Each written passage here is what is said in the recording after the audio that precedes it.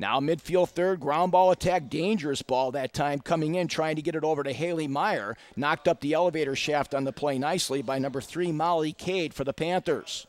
Chest trap here on the near side. Nice spinorama moving, and then a double spinorama that time by number 12, Kelly Shy.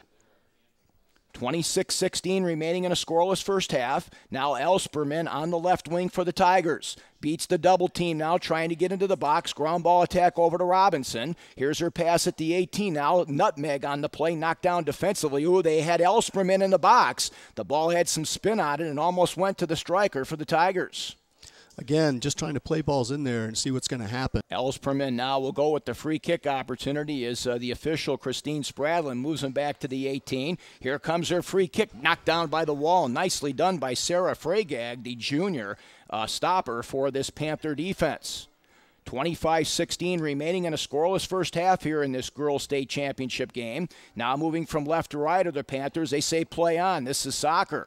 Now midfield third on the play. Good job of getting in there by the only senior in the lineup for the Panthers, Ashley Ditton. Ashley comes to the midfield circle, looking now for Tiernan. Tiernan now looking for a play on the right wing, and she gets it to the aforementioned Shy. Shy now on the right wing with her cross at the 18, knocked down by a header nicely defensively for the Tigers, and now Shy kicks it over the goal line. Is very large, about 120 yards long, somewhere around 76 to 78 yards wide. So there's a lot of space out there if you can use that width. Now a nice steal here on the left wing on the play by Elsperman. She had her pocket picked nicely that time by Olivia Borkenstein. Olivia Borkenstein just rocks solid in the back line. Now back comes Elizabeth Carr. She's 1-on-3. No black shirts with her right now as she approaches the 18. She takes a shot. It goes over the goal line. 23-37 remaining here in a scoreless first half, and the Shelbourne Clinic presents the Comeback Athlete of the Month. Each month, the Shelbourne Clinic and IHSAA-sports.org recognize the athlete who has returned to the field from a knee injury. To see this month's and previous winners, click on the Shelbourne logo on the webpage. 50-50 ball knocked back to the midfield third on the play nicely by Kixmiller for the Lady Tigers. They now go into the offensive third looking for Haley Meyer coming up on the left wing. And again, a brilliant job on the right wing by Kelly Shy, the 5'7" senior. She's really in the zone right now on the right wing.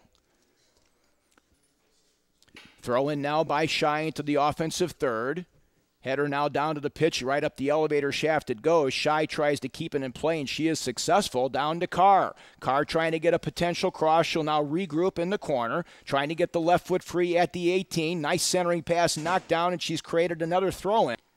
Elizabeth Carr will do the honors, now short. They try to go with a little bit of a give and go there with Taylor Stevens, but that's thwarted. Double Deuce trying to get in there on the play is Skatina for the Panthers. 22 minutes remaining here in a scoreless first half in this girls' championship game.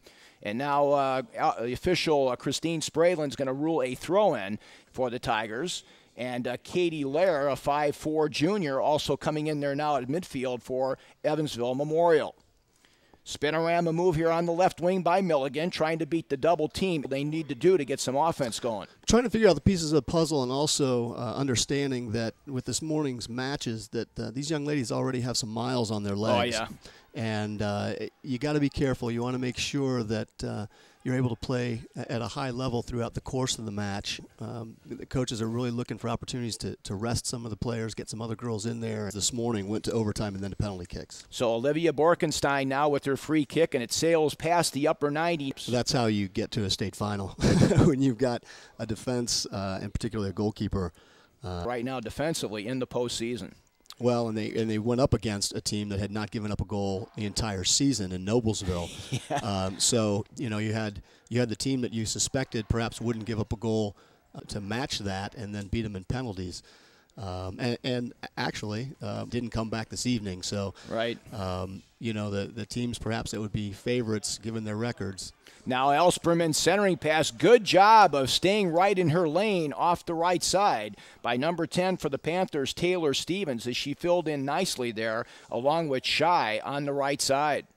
Now Borkenstein gets in there with the right foot for the Panthers with 18:49 remaining here in a scoreless first half. It wasn't the kind of thing, a little pushing foul there where anybody was going to get hurt, but you got to like seeing your players being involved in the match and really getting into it. Boy, you really got to love the sea of blue right across from us over there as you're looking at your screen to the right-hand side over the midfield circle. Really great support from the Evansville Memorial Program and, of course, the Fort Wayne program coming out here from the Summit City supporting their student-athletes as well. And Memorial always brings a huge contingent. They've got Snider soccer over there with the guys painted on the chest, so they're supporting their classmates as well. And now a foul is going to be called on number 11, going from left to right.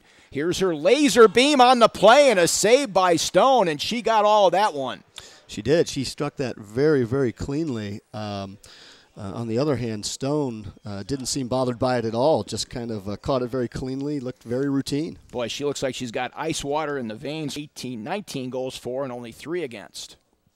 Here's the free kick opportunity. Gets over the defense on the play. Header to the far side. Great save, and it goes in. A shot and a goal! Dangerous area where it was over the restraining line of the defense, but too far out for the goalkeeper to come get. And when that ball bounced, Esperman was right there to nod it very nicely over the goalkeeper's outstretched hands. Well, she was really tied. Her hands were tied earlier today with only 1 shot on goal against the Lady Millers from Noblesville, but she showed her prowess that time inside the box as she got the loose header and made no mistake about it. Now double deuce in there for the Panthers is Skatina. Anna Skatina with 8 goals and 3 assists on the campaign, but she gives away possession now to Lauren Lamb. 15:45 remaining in the first half, and the Tigers have taken a 1-0 lead in this match over the Fort Wayne Snider Panthers. Well, it'll be really interesting to see how both teams respond now that there's been a goal in the match. It should kind of open things up a little bit. And make sure that their confidence stays up high, because just prior to that goal being scored, Snider really had started to push forward a little bit more than the first about 15 minutes of the match, and they were getting a better run of the play. Taylor Stevens into the ball game now for the Panthers, replacing Taryn Ellis in the lineup for Jim Laborde. Now a little tip pass looking for Skatina in the midfield third, and a nice cover-up in the midfield area that time by Brittany McCall, a 5'5" senior sweeper for the Tigers.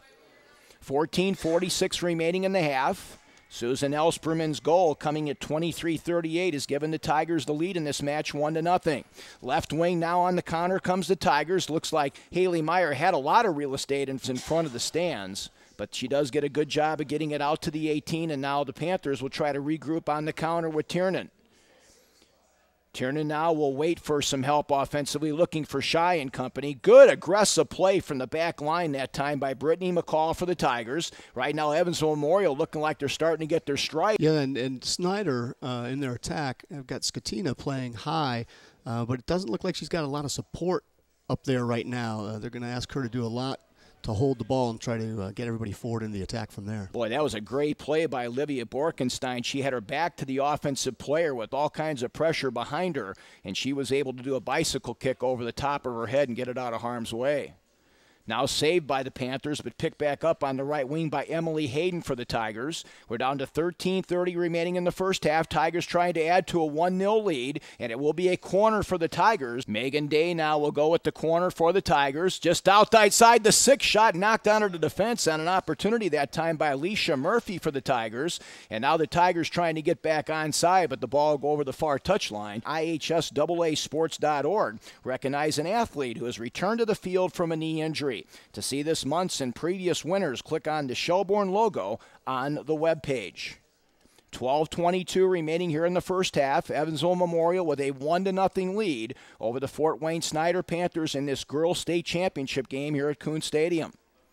The ball deep into Panther territory where Borkenstein lost her footing for temporarily. Now stolen by Olivia Robinson in the offensive third, but now the Panthers come back on the counter. Right now, Coach, I guess if you're Fort Wayne Snider, you don't want to panic here. You want to play within your game. You don't want to give up odd person breaks going the other way. No, you've really got to be careful and not get too anxious. There's plenty of time left in this match, and